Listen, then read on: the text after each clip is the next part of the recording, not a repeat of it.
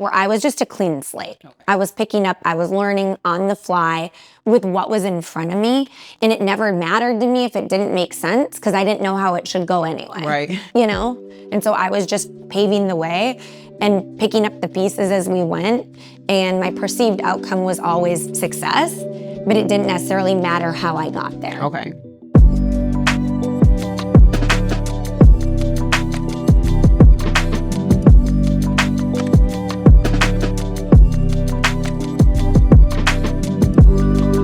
Today I'm introducing Sara Gullickson. She is the CEO and founder of the Cannabis Business Advisors. So let's get started. So, all right, Sara, how are you doing today? I'm great. Thanks for stopping by. Yes, thanks for having me. I really appreciate it. I'm just going to kind of start by saying how I found you. I'm an avid researcher, so I was just doing some research online and seeing who I, felt would be a great leader and a person who could provide, information out to our audience out there and aspiring entrepreneurs. And when I came across your profile and I started doing a little bit more digging, I was like, I gotta get in contact with her. So I really appreciate it. So we're just going to go ahead and get started. We're just going to cover a few topics like, industry insights, business insights, some challenges you faced, and, any advice you can offer to the aspiring entrepreneurs out there. Amazing. I love it. So my first question is going to be, how did you get started in the cannabis industry? So it was really by, I don't know if it was like luck, if the stars aligned and I was supposed to be here, but I had a small marketing agency for spas, salons, and health facilities. And I used to prospect clients on Craigslist. So I had a job at an advertising agency. I called my dad up and I was like, hey, I'm not making enough money to pay my bills and make ends meet. And he's like, good luck. So really quickly, I had to figure out a different way. So I decided to go on my own and service clients that couldn't hire a full-time marketing professional. And so I would always be looking on Craigslist for smaller businesses that needed help. It was when social media was kind of starting. A lot of business owners didn't understand how to put a page up or do newsletters online. And so it was just kind of they needed that assistance. And so there was a one-line Craigslist ad, and it was marketing for a pot company. I'm like, okay. I grew up in a really naturopathic household. My sister had a really rare blood disorder. And so instead of, traditional medical options, which would have included taking her spleen out, my mom went on the journey to really figure out what naturopathic options were. So for me, when I heard of pot and a plant and people taking it to feel better, it just made sense. Right. It wasn't something that was taboo in my head. And it wasn't until I really started working for the company and building the company when Arizona was launching their medical program that I really realized how politically charged it was, how taboo it was, and how many people were very against it.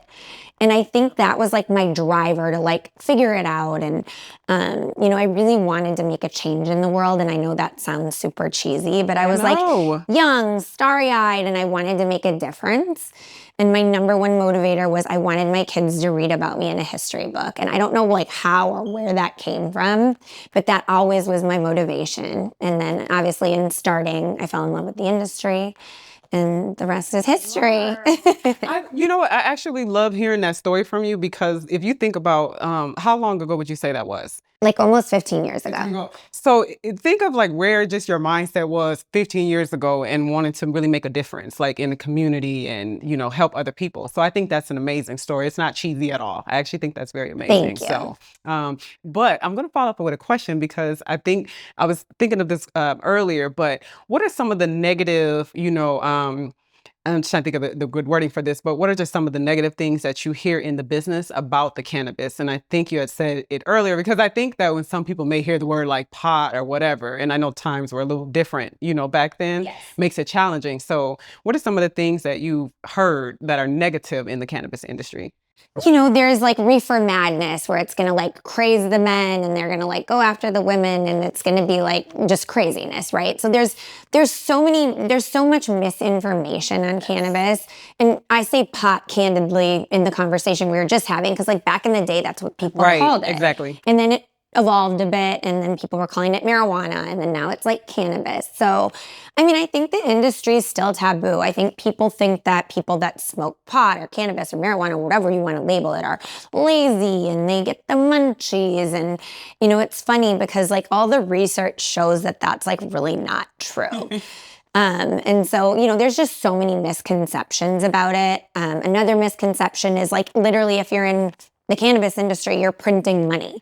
And that's not the case. Like it's a very hard industry. Yes. It's very capital intense in the sense of like starting a marijuana business takes a lot of money, a lot of time, a lot of skill set, ton of compliance, ton of regulations.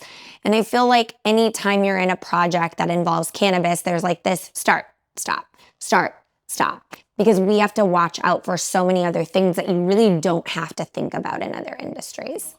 And you said another key word there was like misinformation. And so that's another reason it just kind of drew me, you know, here and seeing you successful in your business. And I said, there's, you know, a way that you can inform people that it's not one way. I think when we think of like the older ways and, you know, everything that you just touched on. So, but misinformation for sure, you know, I agree with that. But just even me, just knowing other people and seeing, you know, that there is a legit way and a successful business behind it. It's not the thought that I think everyone has this one way. So Yes. I really appreciate you touching on that. So Absolutely. what key factors have you found for success in the cannabis business through your experience? I think you just have to be really flexible. Right. And so for me, it's almost like I'm doomsday prepping all the time where I'm like, I have my plan A, I have my plan A or B, excuse me, and I have my plan C. Right. Because you know some things are going to go wild in your plan A. You know, plan B might keep working and then maybe you're going to have to switch over to C. So for me, I've always had to think through the options in like almost like a circular motion where it's like, okay, if we get stopped here, how do we get around this? Right. And I think for me, since I didn't have a really like large like resume when I got into this, I was a blank slate. And there were certain times that I had tried to like hire somebody smarter than me or like a CEO of a company. And a lot of the people that were in those roles before wanted cannabis to function like their old jobs or their old industries. And it really doesn't. I mean, I'm not saying a seasoned professional can't get in now because it's more mainstream, but that was something that I thought worked in my benefit where I was just a clean slate. Okay. I was picking up, I was learning on the fly with what was in front of me. And it never mattered to me if it didn't make sense because I didn't know how it should go anyway, right. You know? And so I was just paving the way and picking up the pieces as we went. And my perceived outcome was always success, but it didn't necessarily matter how I got there. And I like that too. There's a backup for backup for backup because you have to prepare for the unexpected. And there's always unexpected. There's always unexpected. Yes. So okay. So actually, I'm gonna follow that up because I feel like, and I'm learning. So this is exciting for me. I really enjoy doing these interviews because I just learned so much. I'm sure. So licensing. I wanted to kind of talk about that. For you, what was it like when you first started getting, you know, the license? And if you could kind of explain so that, you know, the audience can understand what is the licensing and why is it so important? Yeah, so when I first started and early in my career in cannabis, I was doing like marketing, right? I was marketing, you know, stores and like really helping on that side of things. And then I got exposed to the licensing world, which is a lot of regulatory compliance. That's my area. Yes, you know, right? And it was a lot of requests for applications and requests for proposals. So RFA, RFP. So for me, I was super interested in that because it was more of like the business side of it. And that was something I hadn't had a ton of exposure to. So if you are new in cannabis and you're not sure of like how the cannabis industry works, in order to have a cultivation, processing, or dispensary, you have to have a license.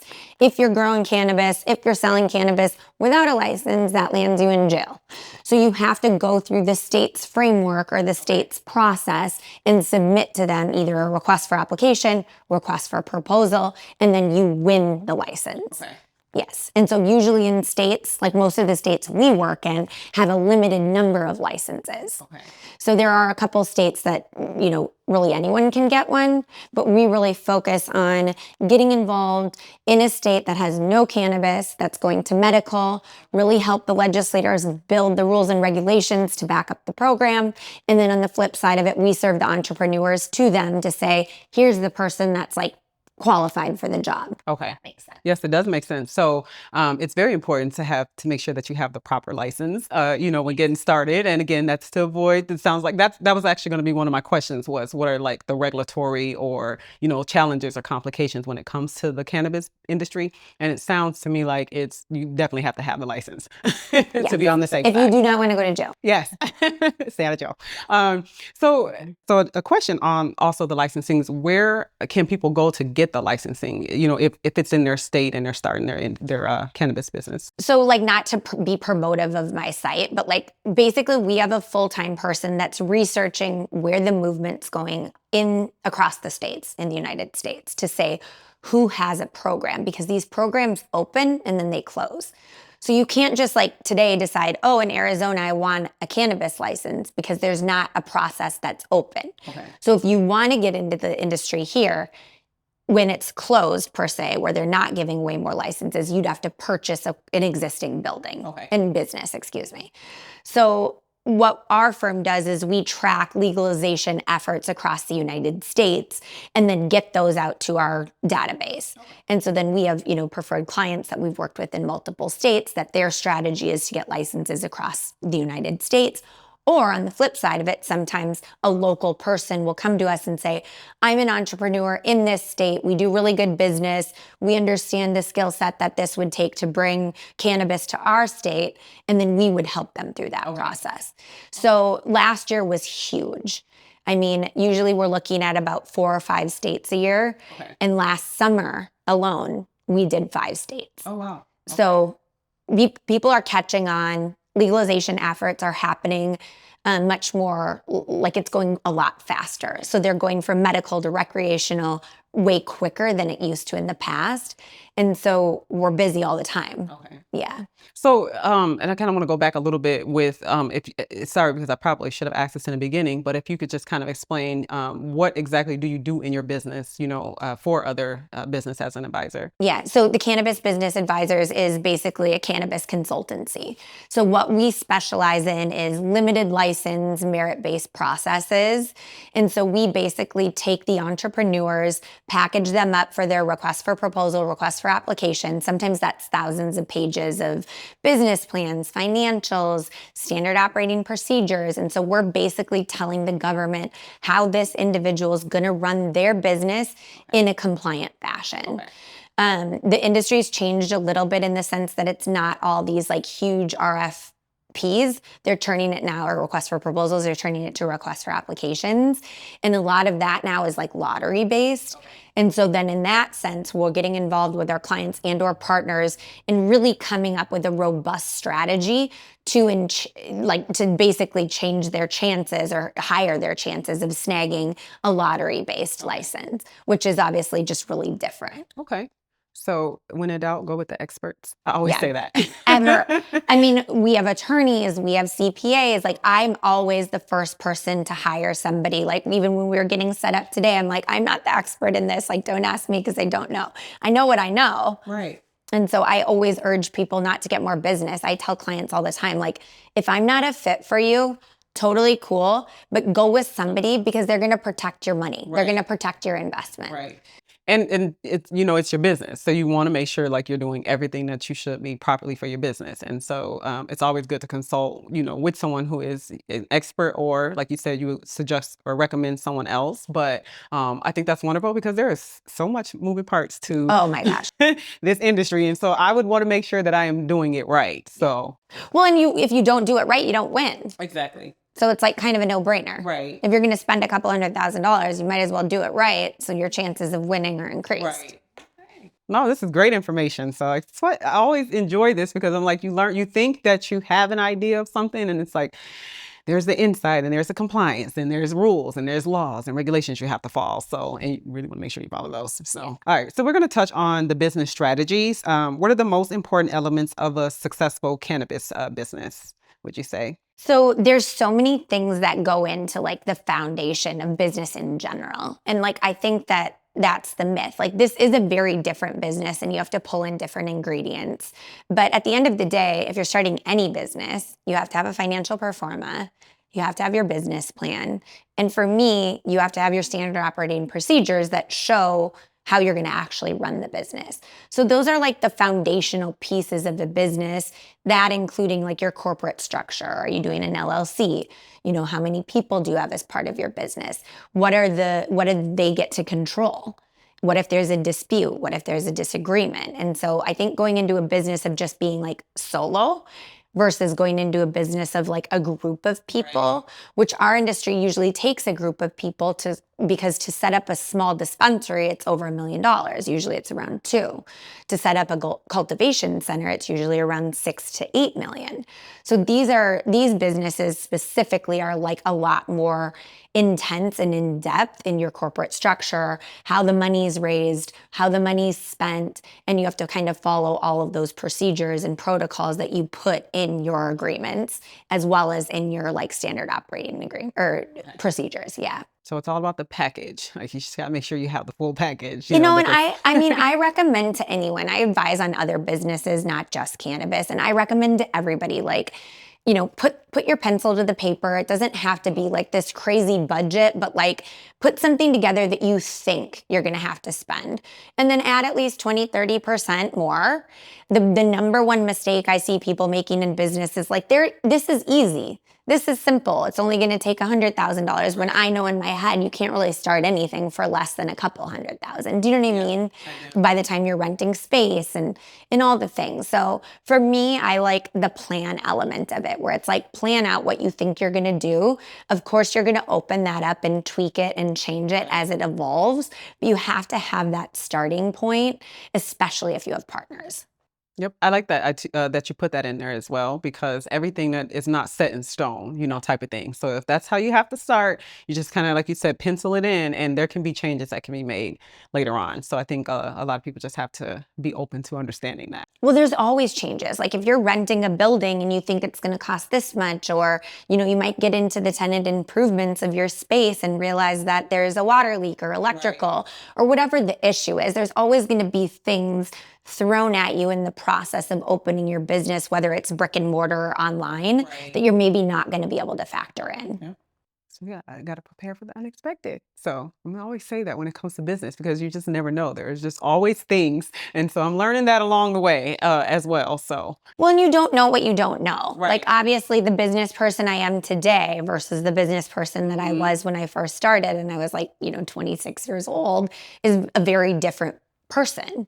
And it's because I learned from all my mistakes, and I realized I didn't have the right plan in place.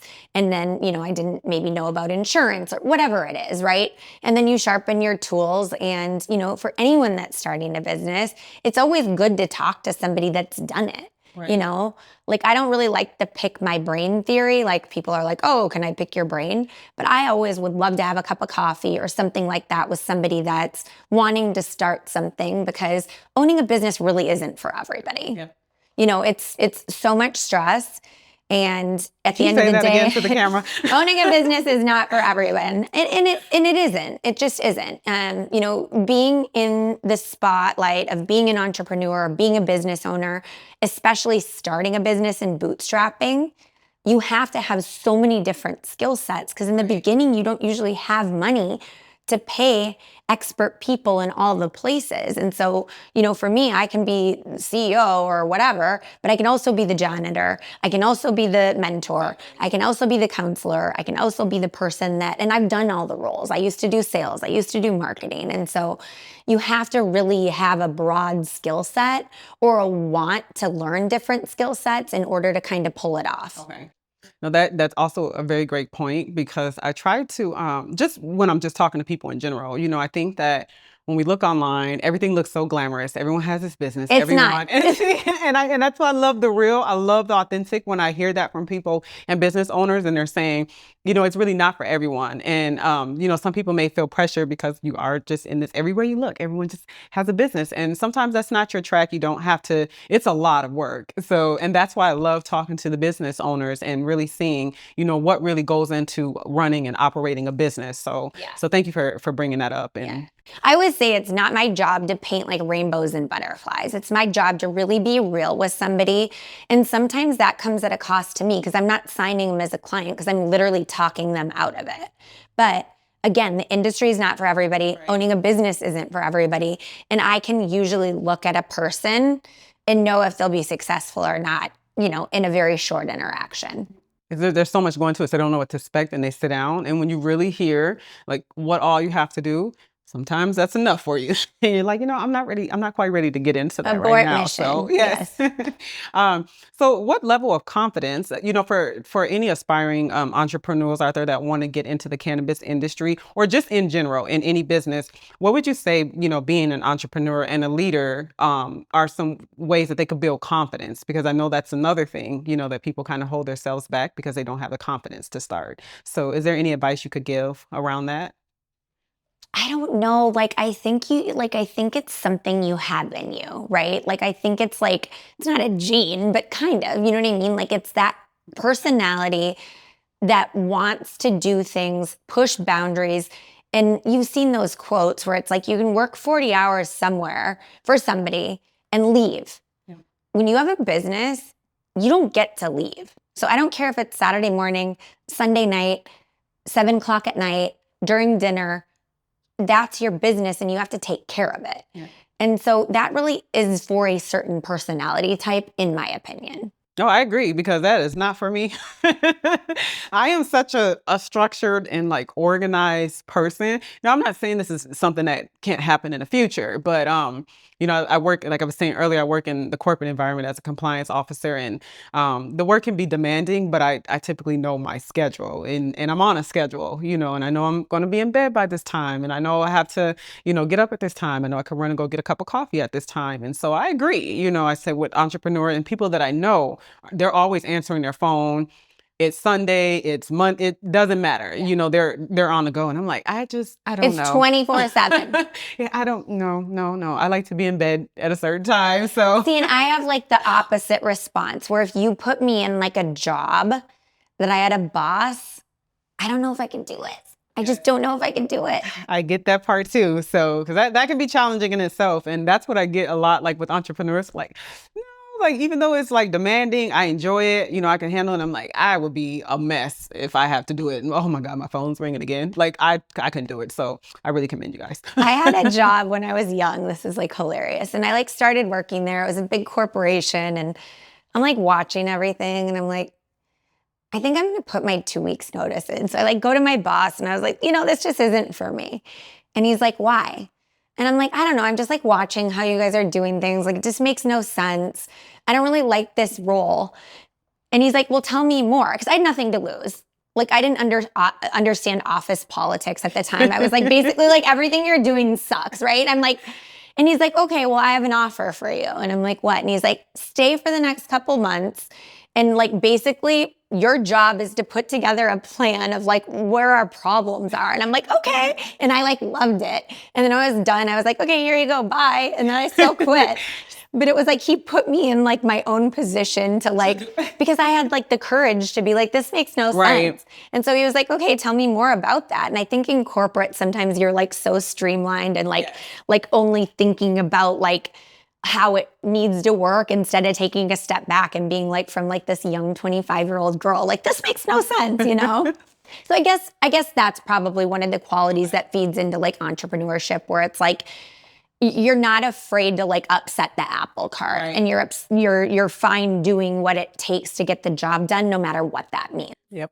That is something that I can say, even with just relationships I have and people that I know. That is the one thing I can say I see in them. It's they just have what it takes to, so I agree with that. And it's funny with the corporate that you were saying, because I am so used to working in corporate.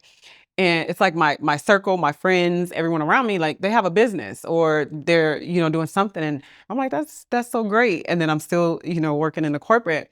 And even when I started doing the interviews, there was this, I don't know, there's this little something in my mind that was like keeping it structured because I'm so used to working one way. And then I'm like, no, like this is mine. Like But have I fun think with certain it. personalities types do better in certain environments. Right. So like that's who you are. You know what I mean? I'm not saying that it can't change. It can change. Of course, Right. everything That's changes. what I'm used to. And But yes, I do think certain personality types do better in certain environments. I agree because I am someone that I'm opposite like from a partner. He's more of like a current, like, let's see what happens today. It literally drives me nuts. And I am like, no, I need to know. I can tell you what I'm doing next week at like this time. And it's just how I am. So it's just funny how that works out. So I agree with that actually.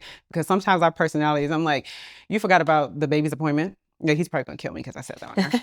But I'm like, yeah, you forgot about his appointment. And it's like, listen, I'm busy with what's going on right now and today. And I'm just like, I could never. So I definitely think personality. I think different gender roles like do different things too. So, like our brain's wired to like put the baby first, put the family first, and then work usually comes second. Where I think men's brains, like literally, they've done research on it, are more wired for like, providing. Yes.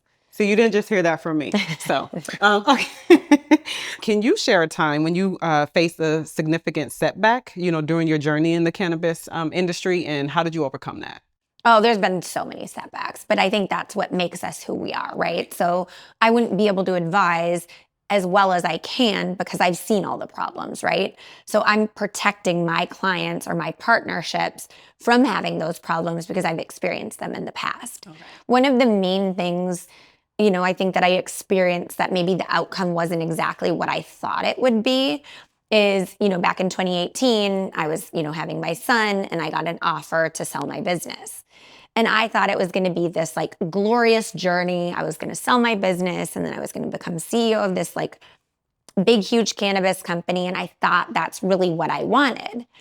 And then when I was in the position, it was very clear to me that like personality wise, it wasn't a fit for me. I just had a new baby and I didn't want to be at work 60 hours a week. Like I couldn't do it, with managing all the other things that I had. But I am grateful for that experience because I know now I don't want to do that, right? And so it's like there's always setbacks in life, but usually you can look at them as like a learning lesson. And then, my thing is like don't learn the lesson twice. Like if I would come to you tomorrow and I'm like, oh, I want to be the CEO of a cannabis company, it's like, Sarah, you've tried that. You didn't like it. You know what I mean? Like, so it's like, I think all of those things are like stepping stones or learning lessons. So one of the questions I also wanted to ask was on the international space. What is there a difference with having, the licenses that you have in the international space? Like, what does that mean?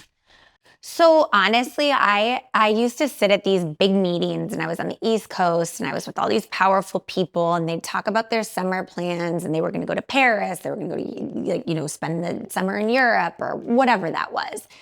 And I was like, I felt really stupid. Like I had no international travel under my belt. So my interest in the international markets literally came from wanting to go there, right? And so it was like we used to be seasonal too. So it was like we'd be in like a huge process and then it'd be slow for like a month. And so I'd like take off to go explore the world. And then it started to like hit the news that like Thailand was going to legalize or New Zealand was going to legalize. And so my love for travel just like inspired those trips. And then I'd go and meet with either entrepreneurs that were trying to set up licenses there or businesses there, or I'd set up with the, people that were pulling the strings on like the political fronts. And for me, it was the best of both worlds. I got to go see different countries and I got to do what I love, which is work. Right. And so that's really how that transpired. I have not committed to any international projects, I would say, in the last like 6 years because I now have 2 children. And so it's not in line with like my day to day. And now I think that COVID really changed how people do things. So like back then, people wanted you to fly to the market wherever it was to meet, to have a cup of tea, to have lunch, or to show whatever they were showing, right? And now, like, you know, it changed from COVID for Zoom. Yep. And so people don't Video. necessarily care about that as much. And so I really felt like I had my kids at like the exact right time because everybody was in that protective bubble. And before, I was on a flight all the time. Like every other week I was on a plane. I was either going to New York or Chicago or whatever market we were legalizing. Okay. So that's really where I started on the international projects. And now, like, I'm sure there's like an international firm that's probably better suited for it just because I don't really want to go there right now. Okay. Yeah. Nope, that makes sense. But at least you had that experience. It was Like, you got to amazing. transfer. I bet it was. I've seen a lot of different countries and, you know, I think it is really important to travel and to understand how different things are and how different places function. You know, I think travel taught me so many things, but the number one thing that travel really taught me was like how grateful we have to be to live in America. And I think right now that's like obviously a really politically charged time. And I think people can get really negative, but until you've seen how some of the other environments function, you don't realize how great we have it here. Nope, I can definitely believe that. And I also think that's still great that you just have that experience to see both, you know, both worlds essentially. So, like it's very unique. You're a very unique person. Thank you. So, where I read is that you were recognized as one of the top 20 women to look out for in the cannabis industry internationally. What was your reaction to that? Like when you found that out? I hate to say this because one of my things I'm committing to this year is to try and slow things down and to like celebrate little mini milestones like that. But in the past, when I've had like really big media coverage, I was running so fast that like I can remember where I was at certain places when I received the news. Like I can remember one time I was in New Zealand at lunch with my like best friend that growing up, and I received the news that I like was in the same article as like Snoop Dogg as a person to watch in the cannabis industry. And so I remember moments, but I'm trying to do a better job of like not running so fast that I don't celebrate those little mini milestones. I feel like I've been really, really blessed when it comes to the media, in the sense that like I've had so many great articles and so many great publications pay attention to what I was doing. And so I'm so grateful for all of those opportunities. But like back in the day when we were grinding so hard, sometimes we'd get like news of like 5 things like that in 1 week or 2 weeks or 3 weeks because the industry was so small that there weren't a lot of young professionals doing what I was doing, right? And so the spotlight tended to like be on me all the time. Now it's changed because the industry is bigger, there's more people to feature, there's more variety. But yeah, I think that I remember a lot of those like really special milestones like by where I was. Okay. No, that's great. I seen that. And I was like, which is going to be my next follow up to that, because how do you juggle? Obviously, like you have to be putting in the work. Like you have to be, like you said, I know it was a little different back then. It was a lot smaller, but how do you juggle, you know, just the demanding time with your career and then having children? How's that? So I being think a I mom? was lucky in the sense that my parents always told me, like, do not get married or have kids till you're at least 30. And so in my 20s, I really focused on like, what do you want to be when you grow up? And then I found an industry that I really loved. And when I was in my late 20s, working 60, 80 hours a week, it didn't matter. I didn't have kids to take care of. And so I think when I decided to go down the path of having kids, and it was funny, I didn't know that I wanted kids. And I remember I was like, published in some magazine and I was looking at it and I'm like, it didn't do what it used to for me. And I remember thinking like, if this is it, I'm like under 40, like there has to be more to life. And so that had me kind of on the journey of like deciding that I wanted to have kids. But my financial flexibility and freedom really came into play when having kids because I had laid the groundwork prior. So like right now, I'm not in a position to work 60 hours a week. I'm not the kind of mom that wants to be away from my kids that much. And so I've really been able to create my own reality. And right now, like I think the power in saying no has really come into play when I have kids because it's easy for me now. It's like if I take this project that maybe doesn't translate into anything, that's taking time away from these babies that I'm trying to like raise to be good humans and they need their mom to do that. So, you know, everything's a balancing act. And, you know, I used to think I was busy before I had kids and it's like funny, right? Because I feel like you're not really truly busy until you're like having to take care of other humans, and like you can't like they're not like dogs, right? Like a dog you can like, put in the kennel. Like the kids have to have full-time Yes. care, full-time attention, and they don't understand. Like if I'm on my phone, they don't understand, right? And so I have to be able to be present with them. Right. And so when I did decide to have kids, that was part of like my decision making, where it's like, how do I set myself up? How do I create, because this company is relatively new. I sold my first company in 2018, and then I sold a couple more companies in 2019. And that's where it like comes into play with like having a great team. Right. And making sure that you have people that can help and support the vision and execute on the vision. So I mean, for me, I think that timing just kind of played into that. Like I can't imagine being in my infancy in the cannabis industry with two babies and like both things needing so much work. Right.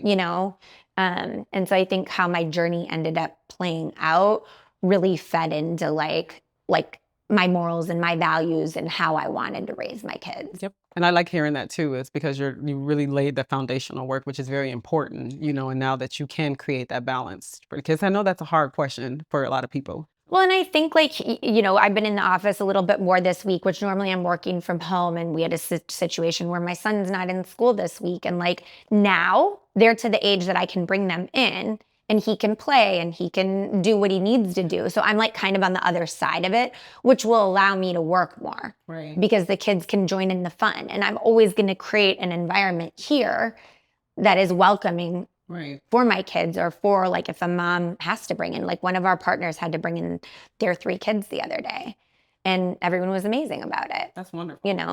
We have snacks, we got juice. Kids love Everybody loves snacks. Yeah. That's wonderful, because I know even, not this is about me or anything, but I know that just back in the days when I had my 2 younger ones who are older now, it's so many times, like just in the corporate world, just I wish I could bring them with me, because that's times where I couldn't work, because I'm like, I don't have anyone to keep them. They literally need care, like you said, Right. around They're the clock. sick So or I think, whatever. so I think that's wonderful that you can create an environment where the kids are welcome. Well, and I have like my mother is like very hands-on, and I would not be able to do what I do on a daily basis without her help. She's like absolutely amazing, completely selfless, amazing. And she really helps me a ton with the kids. At a certain point, I have had nannies. And now the kids are like in school, so they're a little older. Yeah. So, it's all the balance. I never wanted to be like a stay-at-home mom. It just wasn't on the menu for me. And so I love the balance of being able to like work and have intellectual conversations, and then be able to come home and like cater to the kids. Take that off. Take off the boss hat. Yeah. Take off the mom hat, and be a mom. I'm not the boss at home. I'll tell you that much. Are we ever? So. Yeah, my kids will walk around. They're like, okay, boss, like as a mockery. I'm like, okay, I really am a boss, but whatever. Yes. They don't think of me like that. They think of me like mommy. Yep, they see us completely different than when we're, putting on the other hat. So, so how do you stay, motivated and focused on your goals when you are going through challenging times? I think it's changed at certain points. Like, you get your energy from somewhere different depending on where you're at in life. And so I think when it was just me, before I had children, I would find comfort in like going on a yoga retreat or taking a weekend off in nature or exploring a new country. And that would help motivate me, because guess what? You have to have money to do that, right? So work hard, play hard mentality. Yeah. And now like my motivation's changed. I have 2 kids. I want them to have the best life they can possibly have. And so I need to work hard and execute on my job in order for them to have a great childhood, us to be able to travel, us to be able to make memories, me to be able to send them to college. And so now my motivation is 100% them. Okay. Well, that's how it is. We always have to have something that keeps us going. So, all right. So I also am going to just kind of throw in there, what advice would you give to just, I know we talked about a few things earlier in the conversation, but what direct advice would you give to just anyone out there who wants to start a cannabis business or get into the industry, or just at all? Like, where can they start? Are there any resources that you recommend that they try, or any books, just anything that you feel is? Yeah, so like timing's so important in our space. So it's like, you can tell me today you want to start a cannabis business in Arizona, or you want to have a dispensary, and like I would tell you good luck, right? Because in order to buy one of the licenses, it's like 15 million. So that's a much different task than competing for a license and potentially winning one. So timing is important, not only in the cannabis space, but in all the industries, in the sense that you really have to sit down and understand if it's your time. Right. We just talked about like having kids or whatever, right? Right after you have a baby, is it the best time to start a business? Maybe not, but maybe. Maybe you're starting a play center for kids and you can bring your kid to work. So I think it's always going to tie back to timing. Yeah. Is it the time in the sense that I've been too early for my times? Like I really wanted to do a cannabis franchise. People could not understand it. They were like, what do you mean a cannabis franchise? And I'm like, well, franchises work in every single industry. Why not in this space? So I launched my concept too soon. So the timing wasn't right. So I think everything kind of ties back to timing, not just in the cannabis space. Like if you're thinking about starting a business, is it the right time? Is there a demand for the business you're trying to create?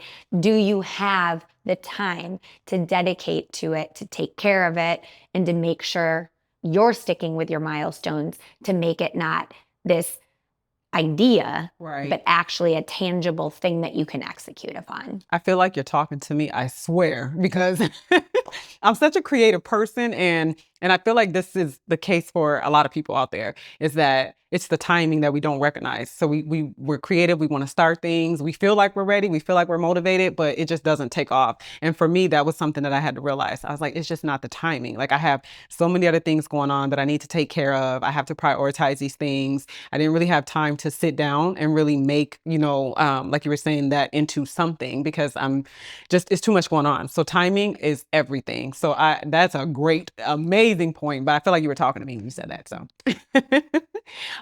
well, this is going to conclude our interview, and I really appreciate you just taking the time to inspire the audience out there, give them the real authentic information that we're looking for, and just what it's like, and, just how you got over the hurdles and what it's like to be a mommy and working, which I know that's a whole other job. We were talking about that earlier. So, Yes.